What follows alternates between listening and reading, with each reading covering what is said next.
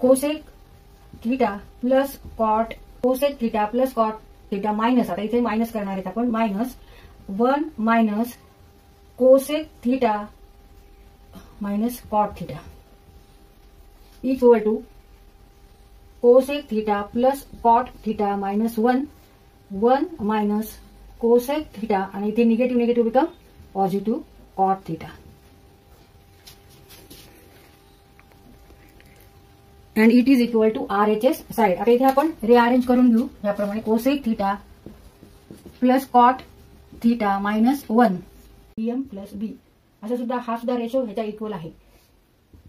आता इथे आपण ऍडिशन करू शकतो. Tan theta plus sec theta minus 1, ह्या न्यूमरेटरची ऍडिशन करायची आहे.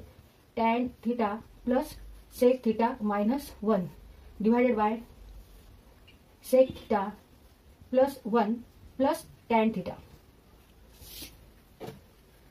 तर इथे आपण याप्रमाणे लिहून घेऊ. Tan theta plus sec theta minus 1 and denominator is here. First take tan theta term, then sec theta plus 1, and it is equal to LHS side.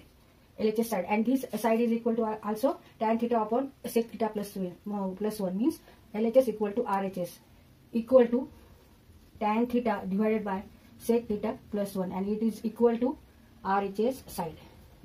Therefore LHS equal to RHS.